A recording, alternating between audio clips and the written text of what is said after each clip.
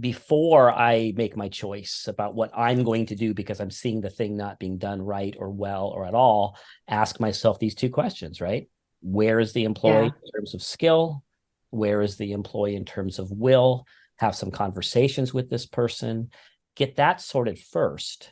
And then whichever quadrant we land in gives me a lot of clues as to what I need to do next. This sounds like a stupid question. Probably is, because, yeah, go ahead. Skilled managers equals high morale, which equals all that cool stuff that you cannot pay for and you can't punish for. When you close off that feedback channel, you are not going to be able to hear the truth. In the first microseconds, your brain can't tell the difference between physical danger and what we call social danger. I'm pissed off at you. Me specifically? Well, just because you're my boss and all. Employees tend to get promoted until they reach their level of incompetence. Go forward and don't suck. Hey, everybody. Welcome to the Managing with Mind and Heart podcast, another episode. I am your host, Michael Nash, and I am doing another one of these sort of solo tours without Ethan, and he's doing some other solo stuff, and then we're going to be coming back together lots and lots. Not quite a solo tour, I guess. I am doing a series of duets. I am meeting with our team, all of our awesome consultants and coaches and trainers, and we're just having some really wonderful conversations about really practical, important stuff that would help us all rock at being managers. And I have asked Val Jeffords, one of our consultants, one of our awesome team members, to join us this morning. Hello, Valerie. How are you? Hello, good morning. I'm doing well. Thanks, Mike. How are you? I'm good. What are you doing this Sunday morning? What have you been up to since? Mm, Hanging out with you, but before I met with you today, I actually got an opportunity to meet up with a friend who is moving to the Bay Area for a few months for work, and we hit up a local place here in Portland, Oregon, and I had a little, to be honest, Spanish coffee for breakfast, and now I'm on my coffee number two, Sans Spanish. Nice. Yeah, I was just going to ask you what you're drinking. I'm asking each of the consultants to show up with something in hand, and we've had a cocktail and we've had some coffee with some others, and today you're drinking coffee. I am drinking my athletic greens. Valerie, would you mind just Reader's Digest version, tell us a little bit about you, and that include even Sure. how you got connected with us. Sure. Let's see, a little bit about me. That's a hard question, Mike. I'm assuming you were prepared for that one, right?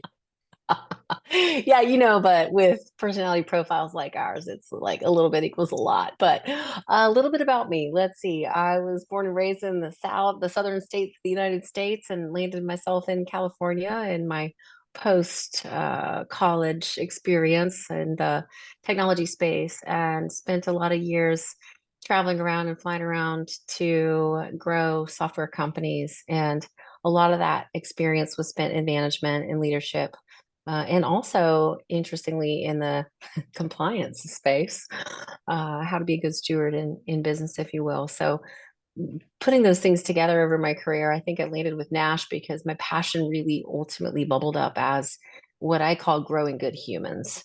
It's the passion for psychology and neuroscience, how our brains work, and what our behaviors naturally show up as, and just really a passion for helping people help themselves and grow more confidence in themselves.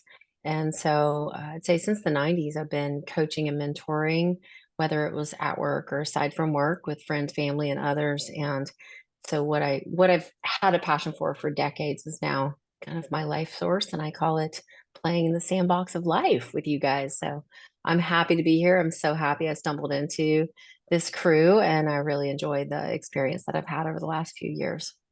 Awesome. Well, thank you. We love having you on the team, and the clients just sing your praises all the time. So it's been wonderful to see you out there thriving and changing lives. Thank We you. Several months ago, our team got together and we had a retreat. And what we decided to do this last retreat was to kind of give the microphone to several team members and ask them to bring us a topic, a training, we are just always trying to equip one another and improve our skills. And Valerie, you brought something that we all found just really practical and easy to use in coaching and in training. And you called it the skill will matrix. And that's what we're talking about today. So I'm just going to ask, we can't really give you the visual, but maybe you can sort of describe the matrix to us, and then we can spend some time on it. Sure, sure. And for those of you listening, just from a little background, a gentleman named Max Landsberg, who wrote a book called The Tao Coaching in 2003, he wrote a book and included the skill will matrix. So I want to give him some credit, but I also want to back that up because in the 70s, we had a few gentlemen, Blanchard and Hersey, who were, I think, the originators of the idea and something called situational leadership. But through those decades, and when the Tao coaching hit, the skill will matrix became a prominent toolkit. And Mike, you said it just right. It's really just a practical tool. But if you can't see it, if I visually draw it out for you, it's essentially an X and Y axis. And on one of those axes, you imagine the word skill. On the other, you imagine the word will. And then when you are considering as a manager your own skill set and willingness factors and or employees that you work with or colleagues, whether it's a situation, a task, or whether it's someone in a job in general, I've just found it as a really practical tool to be able to throw on the whiteboard and give a 1 to 10 scoring on whether somebody has a skill to do something. Is it a level 2 or 3, or is it a level 7 or 8, for example? And from a willingness factor, what's their motivation to do that thing? Are they excited about it? Do they come with energy or not? And so it's a XY axis skill will, and it helps with practical assessment.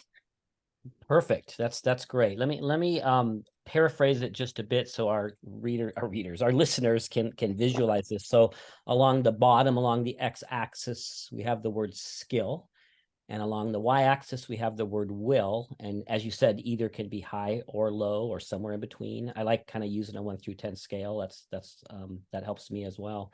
But that creates one of these classic 4-box models, right? You're going to be low in skill or high in skill. You're going to be low in will or high in will.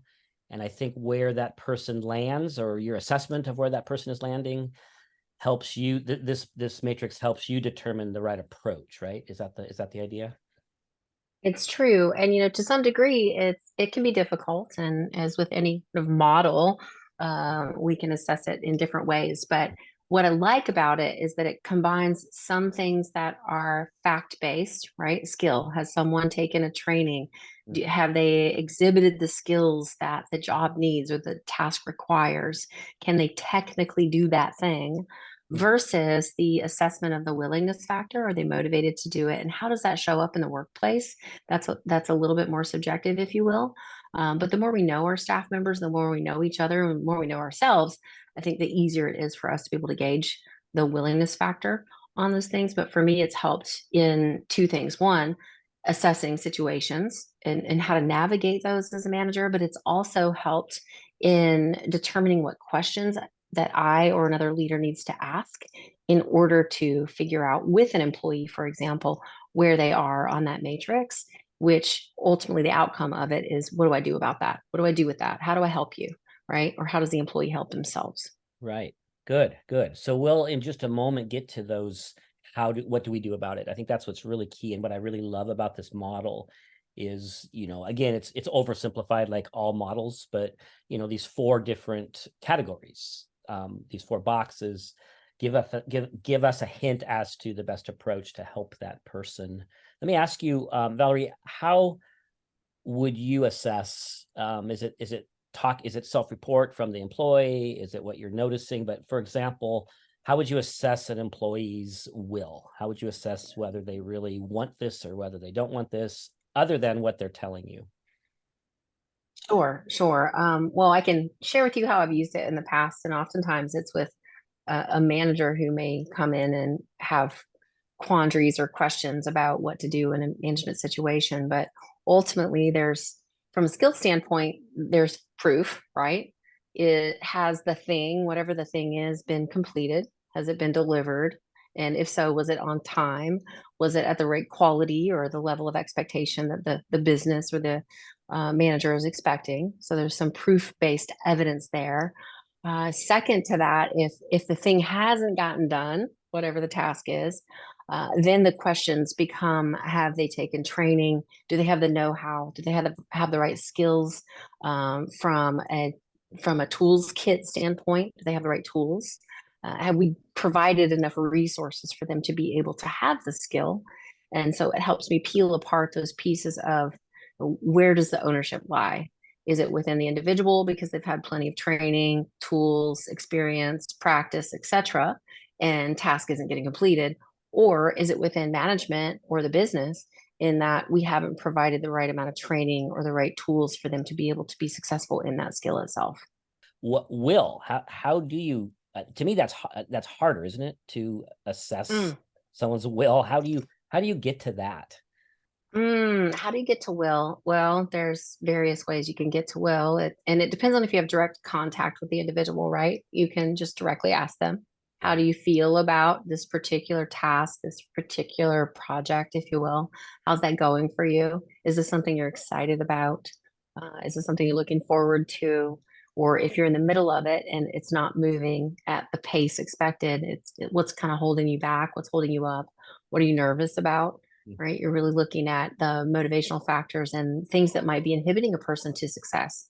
Are they nervous? Have they not done it before? Have they had practice with it and they're in self-judgment? They're not sure that they're good enough at a particular thing. So if I'm direct with an individual, it's more of an interview to really assess where they believe they are in their motivation, if you will. If it's secondhand, then I'm potentially having to go through another supervisor or other to have them assess that level, or for them to go back and have that conversation as well. Like what might be holding that person back. And oftentimes it's either the thing that's holding me back is I don't know how, literally, or the thing that might be holding them back is I'm nervous about it because I already assume I might not be good at it. Right. That's actually really key. What you're saying then is that sometimes the will issue is way connected to the skill issue, right? So Exactly. only reason I might not want to do this and not feel motivated is because I'm afraid of failure. So let's talk about how we may approach each of the four situations: high will, high skill, low skill. Let's talk about those combinations. Before we get there, I guess one quick, maybe an obvious assumption is there situations where the will is low, meaning I don't really want to, this person does not want to do this task or this job, or they don't really want this to be part of their ongoing tasks. Sometimes I'm assuming the answer would be to change the task, right? Just let them off the hook. Find a different way for them to, a different type of thing for them to succeed in. So we probably are talking about situations where that's not ideal, where that's not an option, where they kind of need to do the thing. Yeah, for example, a key job requirement, right? Something that is in the job description, it's mandatory for the job, whether you want to do it or not. It's something that needs to get done. For me in my career, it's been entering expense reports. That's an example. I don't like to do expense reports. They're not my favorite task to do. And so I err on the side of procrastinating. Can I do it? Yes. But when I get to it, it takes a lot more energy from me and willingness factor, motivation, if you will. It also takes a lot more isolation. I need to be isolated in order to do a good job at it, not have other things that are distracting or pulling on me in order to accomplish that. So it absolutely factors from multiple angles in that way. Okay. All right. So we'll be talking about situations where it's kind of a mandate. The thing is a thing. Yeah, it has to be done. Correct. Or that is a permanent part of the job. It's not going to change. It's cool when we can find a better match when we can. But that's, in this case, that's not the story. So let's get practical here. So we are working with an employee who is needing to project manage, or they're needing to do some training, or they're needing to do an RFP, some kind of a project, whatever it is. They have this thing. And let's maybe start with somebody who really wants to succeed. They want to do the thing, and they just do not feel competent. They don't feel competent, or we just know they don't really have the skills. They want to do it, so they have a high will. They don't really know how to do it, so they have low skill. What do we call that quadrant? Sure. So let's say that they're a new hire. They don't know how we do it here, but they come in highly motivated and they want to learn and ramp into the job that they were hired to do. So for that person, I'm going to first make sure that they've got the tools for the job description and role clarity, and then guide them through step-by-step procedures potentially, or give them templates and resources and training for how to do the job that they were brought in to do, and coach them along the way.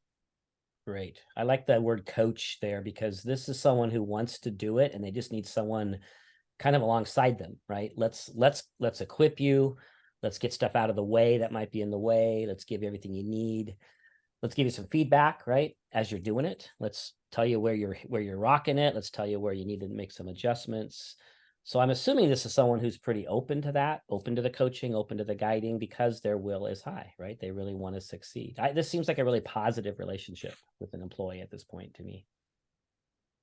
It typically is. When will is high, it's typically positive, and the motivation is to achieve the same collective goal. And the skill set component is just the thing that we need to work on together. Right, right, So right. I do like that coaching and guiding support. Well, it's like when we come along as coaches, even in our work, Valerie, right? When we are hired to coach somebody, I mean, wouldn't you agree it's a lot more fun?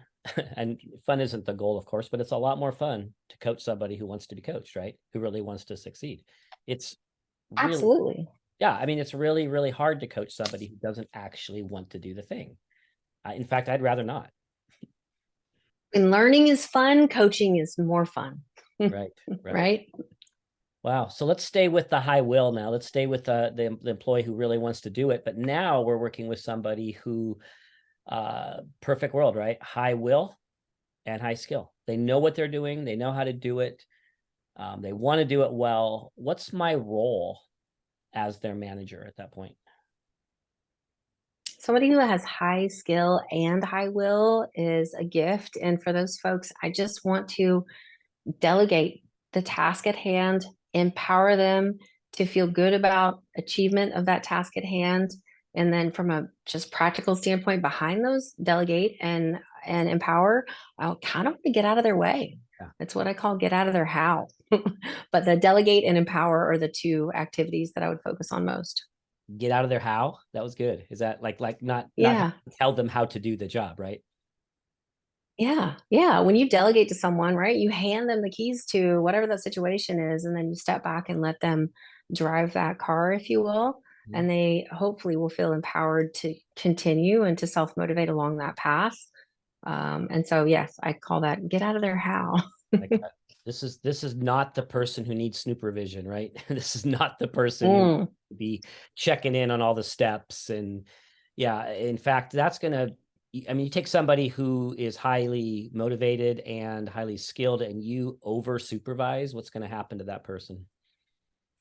Yeah, that's exactly what I've learned the hard way, right? Is to delegate, empower, get out of their how. And if you stay in it, they're going to lend toward assuming that you're micromanaging them, which is going to damage the relationship. And that's not fun for anyone. None of us want to feel like we're being micromanaged. And as a manager, none of us want to feel like we are micromanaging. And this quadrant is the portion, I'd say, of the skill will matrix where that can happen the most. Yeah, I think I agree with that. I've worked with managers who have demotivated employees because it was the manager's need for control or the manager's lack of ability to trust.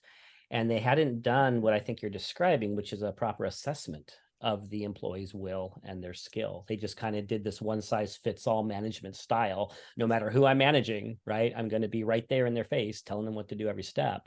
And these are the people I think who they lose good people, right? That's right.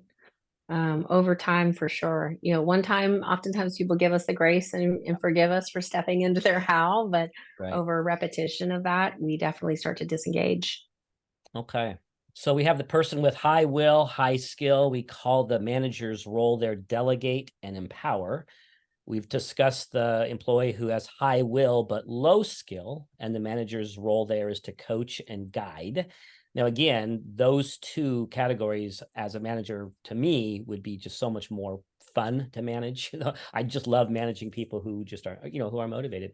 This is where it gets tricky now when we start talking about managing the person who has low will, right? So let's start with, I don't know, maybe the easier of those two. Let's talk about the person who has low will. They're just not into it, right? But they're skilled. Like they could do it, right? They actually could rock this thing. They just don't want to. Now, again, we've already, for the this case study here, we're not talking about a situation where we could move them to something else or take this task away. If that's the case, and we could make a good business case for it, then yeah, let's match the will with the job. That's great. But in this case, they got to do the thing. They're good at it, and they don't want to. So Valerie, what do I do? First of all, what do we call the manager's role at that point? Right. So somebody with high skill and low will, we want to motivate those folks. We want to find a way to excite them. So motivation and excitement are the two things.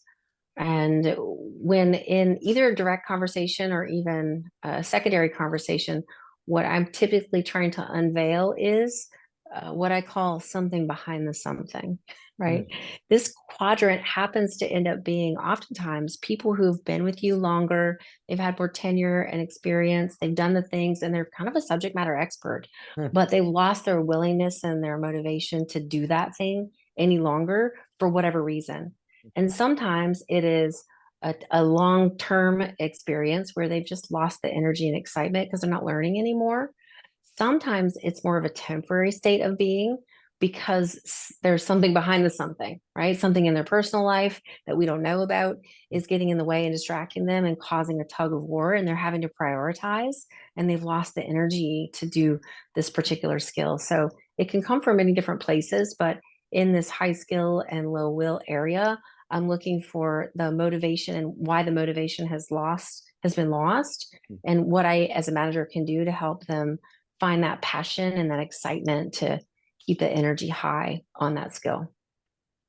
Wow, you said some really interesting things there. I hadn't thought about one of the factors may be other stuff in their life, right? Crowding this out. There's other priorities, other needs, maybe some crisis, whatever it might be. So you may discover in talking to this employee that there really is something else that maybe needs to be attended to.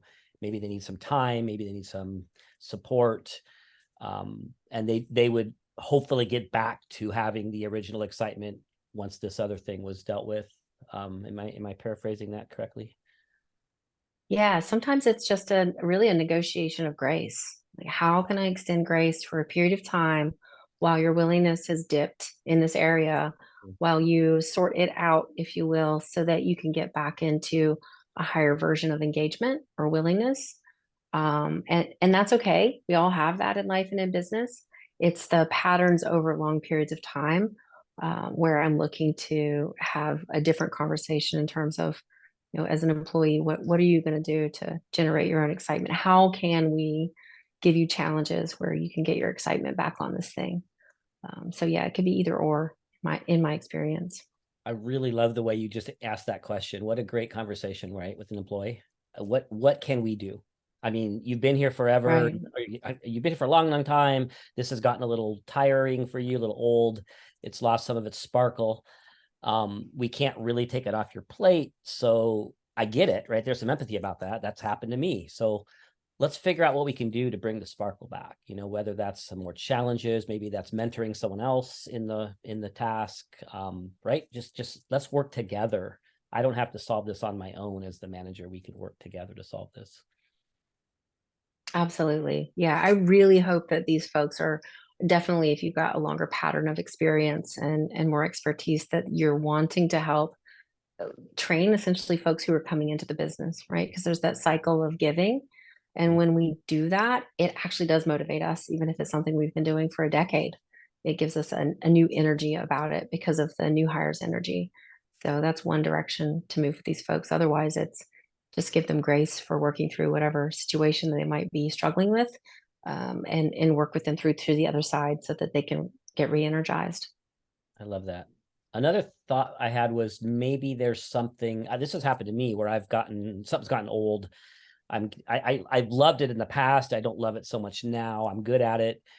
What has motivated me is when I get an opportunity to make the thing better, right? When someone says, hey, how could you make this thing better? How can we tweak it? You know, would they give me a chance to bring my creativity to the table? Suddenly I love my job again, right? Because my skin is in the game again. That's a really good point, Mike, because to some degree, doing it the longest probably knows the shortcuts and the tips and tricks and the efficiencies.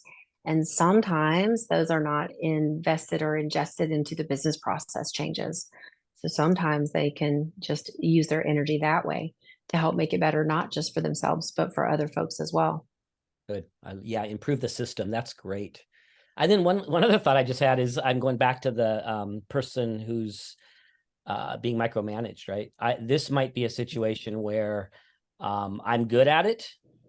And the reason I have lost my motivation is because you won't get out of my face, boss, right? Like I get, Absolutely. I know how to do this and you keep telling me how to do it. And you've taken the joy away from me. Right. And to be able to have the courage to say that and to have that level of connection from an employee to a manager is really important. And until we get there, we're having to figure those things out on our own. But you're absolutely right. When an employee is able to say, hey, boss, you're stepping in my how, and if you could just slide aside a little bit or step in a little less often, then that would help me have my motivation and keep my motivation at the level it needs to be. I think that's a really great relationship and absolutely a good connection. Side note, listeners, we have spent so many times, so many minutes, so many almost, I guess, hours on this podcast talking about how important it is for managers to be able to ask for feedback and receive feedback non-defensively. And here's a case in point, right? If your employees can't tell you this, if they can't come to you and say, hey, you're in my how, if they just can't because they're afraid to, because you're going to freak out, right, and get defensive, then you're going to have people go from this high will, high skill category, and they're going to drop into the low will, high skill category, and they're going to lose their motivation. So good reminder, Valerie. I like that. I know I'm being redundant here, but we've talked about high will, low skill. That's the coach guide category. We've talked about high will, high skill. That's the delegate and empower. We just talked about the high skill, right? High skill, low will. And that's the person who needs some motivation. We need to excite and motivate. Let's talk about the one that really is most challenging, I think, for managers. And I shouldn't just say that, right? This is challenging to be the person stuck in this place, right?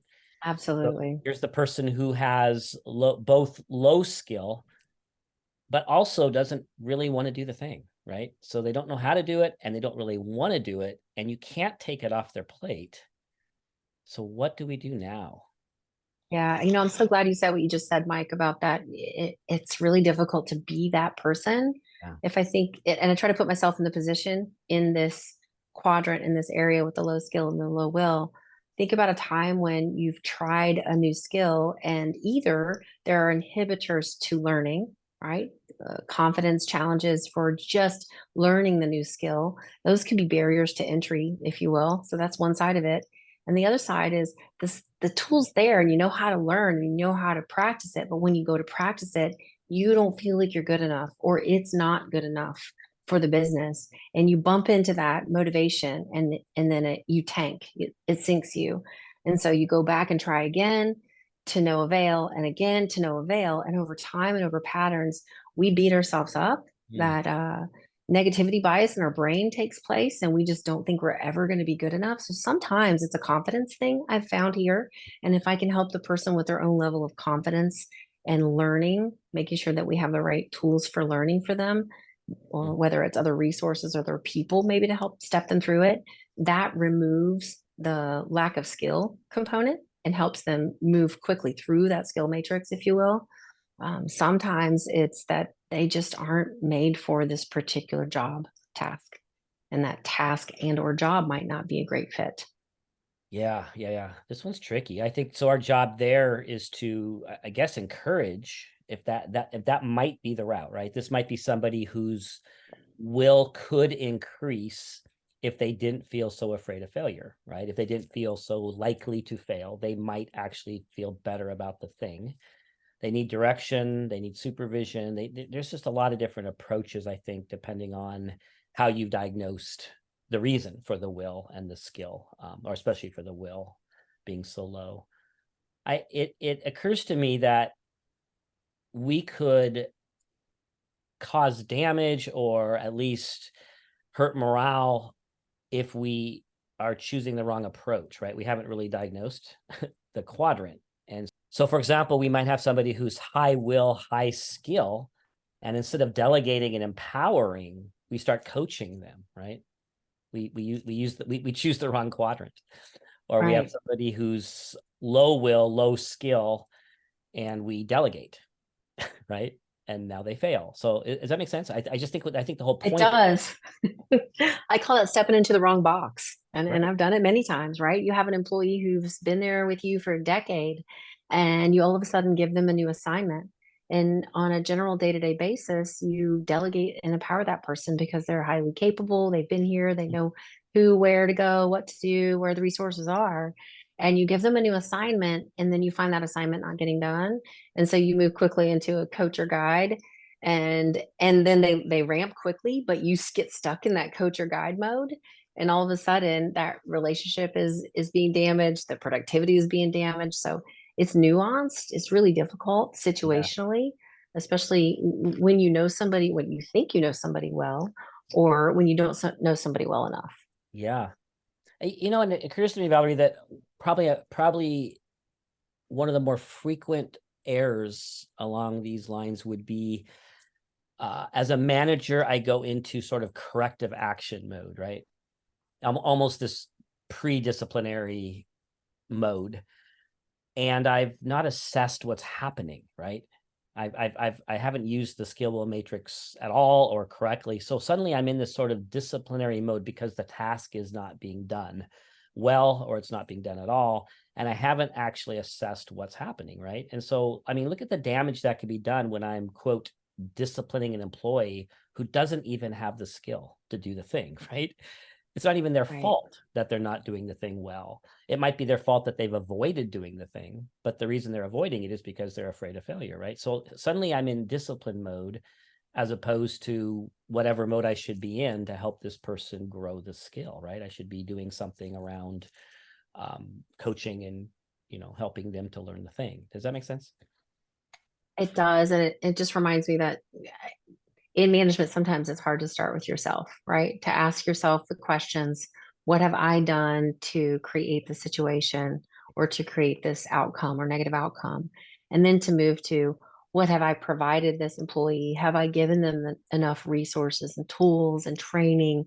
Have I given them scheduled time and access to take that training? Have I talked with them about it to assess their absorption of that training? So I'd say it starts with me, first of all. What have I done to empower and or disable this individual? And then second to that, there's a model that I've used called people process performance, which this, I think, skill will matrix helps remind me of. And that is, am I starting with the person first? Am I thinking about the individual? Is it something for them, whether it's confidence level or something they've done or not done before, and or something else in their life that is in the way of their willingness factor, if you will. So it's twofold in that way. And I think in business, oftentimes we get stuck in this trap of getting things done causes us as managers to think first about performance, right? The performance isn't happening, therefore it must be process. And sometimes we forget that there's a person behind all of that. And so I try to flip that to a place where I'm considering and caring for the person first, and then looking at the process. Do they have the skills, tools? How's their ability, right? What's their learning style? And then we move to the performance outcome. What is happening or what isn't happening? And if you force that order, oftentimes it's easier to use this tool, the skill will matrix, to assess it and to help that person help themselves, or as a manager, help you help them better and faster. Wow, that's really well said. That's just a great closing. Although, of course, me being me, I won't let you close. So I just got to say what you said in a way, because I think I was talking about the low synthesize, skill. Mike. Yeah, synthesize, but the low skill, but we end up disciplining and they didn't even have the skill, bad on me. it might be because they have low will. And like you just said, this might be, I haven't stopped and thought about the person. I haven't assessed what's happening for them. They might be tired. They might have other things going on. I might be micromanaging, whatever the thing, their will has lowered. And suddenly I'm moving into this corrective action, disciplinary thing, which is just going to destroy morale and destroy relationship. So I love this. So the idea would be, before I make my choice about what I'm going to do because I'm seeing the thing not being done right or well or at all, ask myself these two questions, right? Where is the employee in terms of skill? Where is the employee in terms of will? Have some conversations with this person, get that sorted first. And then whichever quadrant we land in gives me a lot of information now, a lot of clues as to what I need to do next. Correct. If we slow enough down to have a conversation for that, what's their willingness, motivation, what's their skill factor, if we just have that conversation, they know, right? They know what's standing in the way. It's just our ability and willingness to hear them and to ask questions to be able to surface that. The answers are there. It's just a matter of slowing down enough, I think, in business to care about the person first and have a conversation about the motivation, what might be in the way, and the skill, what might be inhibiting them. And to also be willing to know that that might be me. It might be me. I might have gotten in the way, or I might not have given them the tools. I may have forgotten, right? We're all human. And I found this model to be really helpful in assessing where people sit with tasks and or in general, and help them through knocking down the roadblocks that keep them from being successful or keep them from feeling empowered to be successful. That's really good. And I know this could open up an entire new can of worms, but I'm just looking at, I'm looking at myself, Valerie, as I look at this chart. I'm thinking about my own will or my own skill in various parts of my life. And this is a tool that I could use in that way as well, right? Absolutely. I definitely use this with myself all the time, not just at work, outside of work. What's keeping me from doing the things that I need to do versus the things I want to do from a day-to-day standpoint? And what's behind that, right? Why is my motivation low? Is it something that I brought from childhood? Is it something that I'm frustrated about because I'm distracted? Am I overwhelmed? Too many things going on. But it's certainly a toolkit for just people, not just managers. Wonderful. We're going to put the scale wheel matrix in the show notes. Valerie, thank you for describing this for us and walking us through this. Very much appreciate your wisdom and experience in this for this podcast. Thanks for being here with me. Well, Mike, thanks for having me. It's been an awesome Sunday morning with you again, and I appreciate the time, and have a great day. You too. And folks, thank you so much for tuning in to this episode of the Managing with Mind and Heart podcast. And please do us a favor. And if you like what you hear, give us a rating. Go in there and give us some stars. That helps us out. That helps make it more likely that other people will hear us and see us. So thank you so much. And until next time.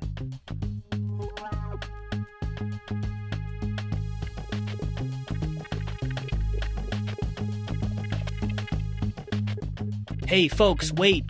Don't go yet. Please. Stay with me for 1 second here. I want to let you know about a couple cool little goodies that we have available for you. If you dig this podcast, you will probably also dig our Managing with Mind and Heart newsletter.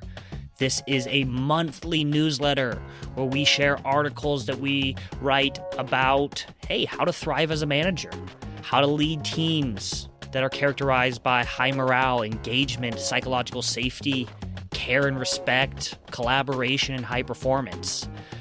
You can sign up for this newsletter by texting the word leading to the number 66866. Additionally, you can go to our website and sign up for the newsletter there. Our website is www.nashconsulting.com. And of course, if you're not already aware, we have our cornerstone program for leaders and managers, and it is called Managing with Mind and Heart. Go figure. This program is something that we often bring into organizations to work with all their leaders on helping them get aligned and singing off the same sheet of music, with best practice management skills and behaviors. We've brought this to hundreds of organizations at this point with really good results. And if you are not able or inclined to bring our program in-house, twice a year, in the spring and in the fall, we offer this 6-day Managing with Mind and Heart leadership development program online for anybody that would like to sign up and join us. To learn more about this online course and to register, you can go to our website. Once again, that's nashconsulting.com. Or send us an email at contact@nashconsulting.com.